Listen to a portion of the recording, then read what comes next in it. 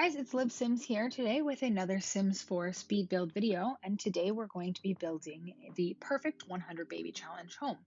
But before we get started talking about the house, I wanted to take a second to introduce myself. My name is Olivia, but everyone calls me Liv. I'm 27 years old, and I started playing The Sims when it was still just The Sims and The Sims 1, 2, 3. I remember being a kid being totally obsessed with it. And then just recently, I came across a bunch of Sims 4 content with some really amazing creators like Deligracy and James Turner.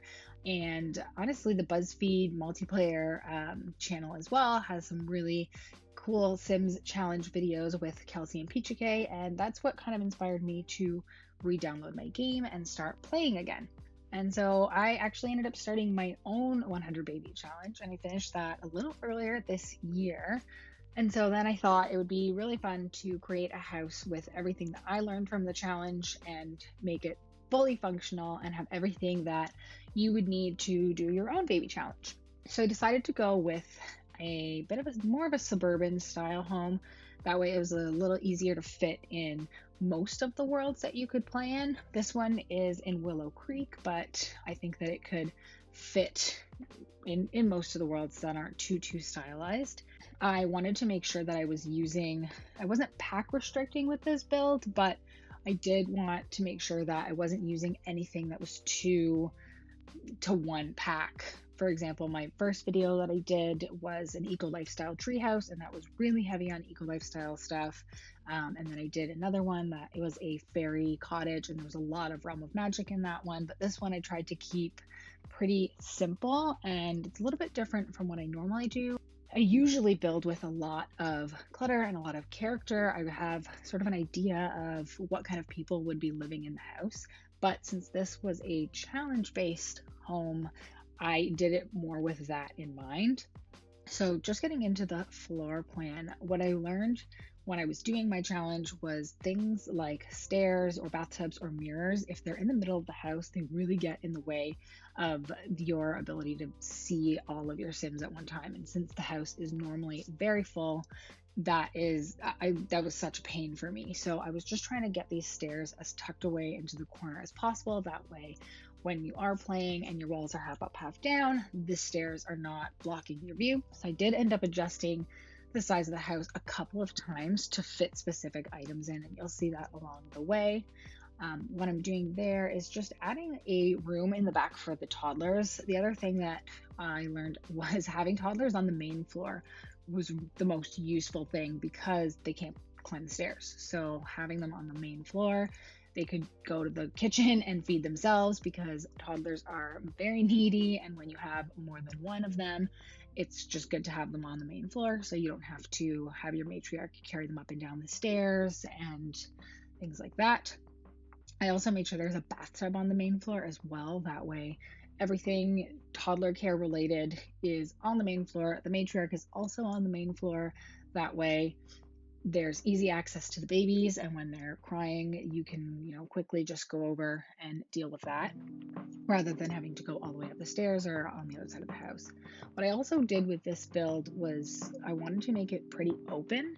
I learned pretty quickly that if your floor plan is really busy with a lot of walls and a lot of rooms, for me personally, it was just there were so many things in the way. There were always walls in the way, and I always really liked to see what everybody was doing at all times so I could make sure that things were getting done. So I always go with a longer floor plan with a baby house rather than a deeper floor plan. That way you can sort of see what's going on. And I also don't make it too big for the exact same reason, because the bigger the house, the more places there are for your Sims to hide. So I'm just getting into the kitchen here. I wanted to make sure that there was a kitchen table because I always thought it was so cute when all of the kids would go and do their homework together or eat dinner together. So I wanted to make sure that there was a nice size kitchen table and I had enough chairs in the kitchen for everyone to sit down.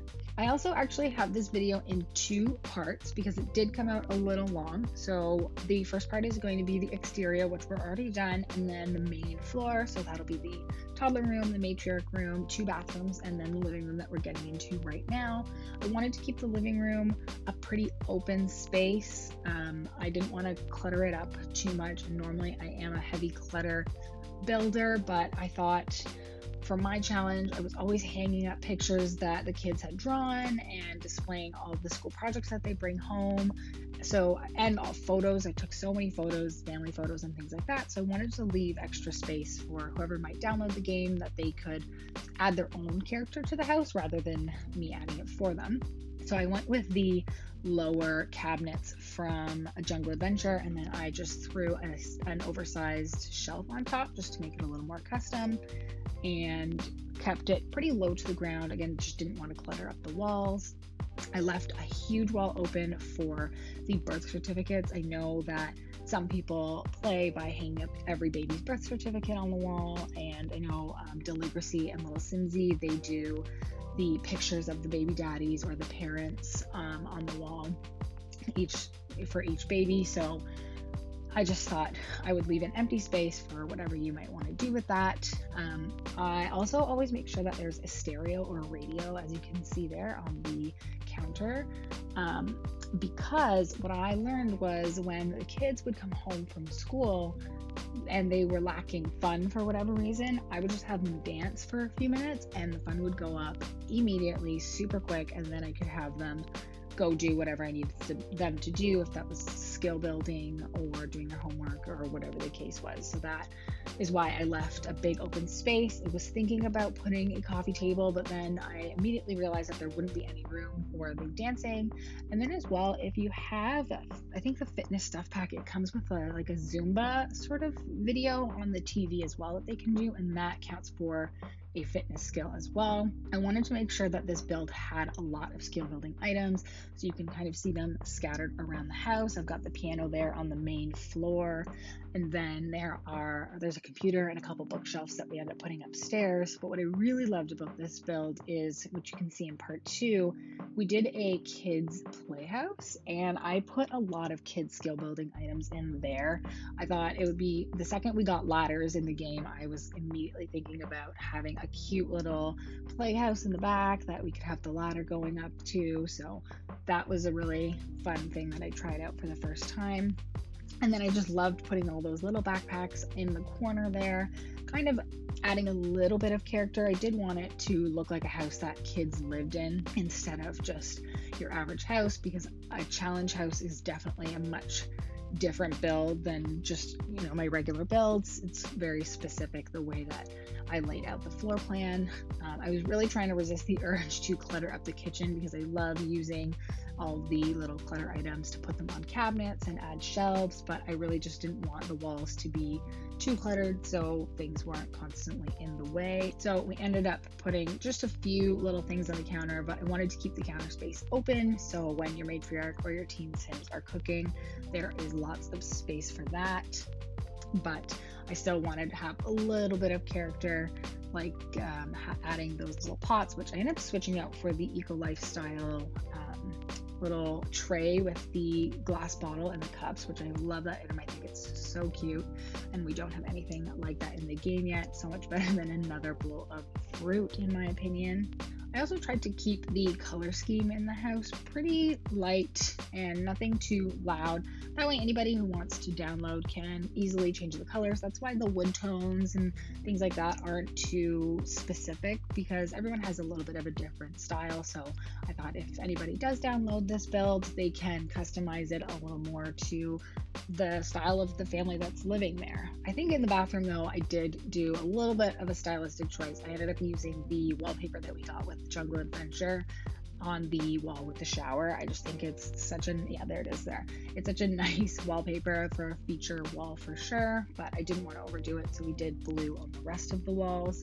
I also wanted to make sure there were a lot of shower spots in this build, because there are always so many kids around that having a bunch of showers was super useful. That way you didn't have kids waiting in line 2 showers, so we end up getting 3 showers upstairs as well.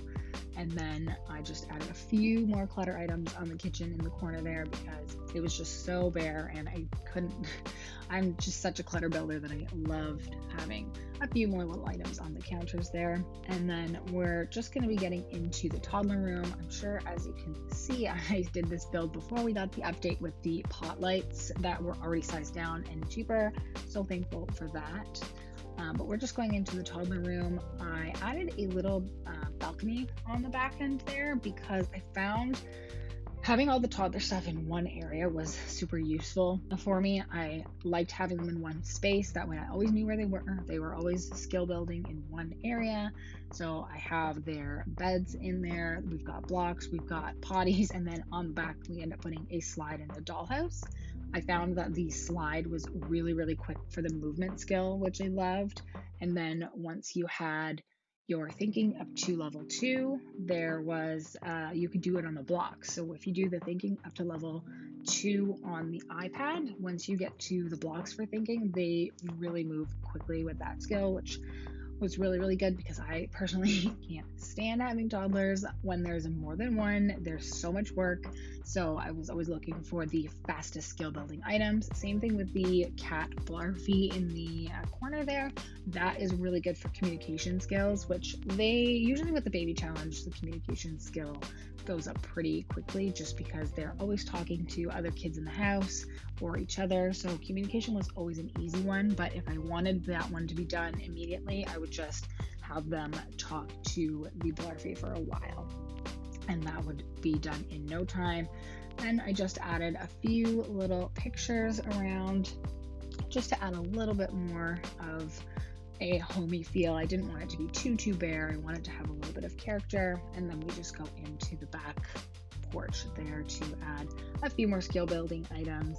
I didn't connect this porch to the back deck either because like I said before, these toddlers move so slow that I just liked having them in one place with all of their stuff. That way I could always keep track of them and they weren't roaming around the house. And then of course we got those night lights in above every bed to make sure that they weren't waking up all the time with nightmares. And I ended up adjusting the size of the matriarch's bedroom because it was a little small and I wanted to make sure that I fit an ensuite bathroom in there with a bathtub. That way the tots could be bathed downstairs.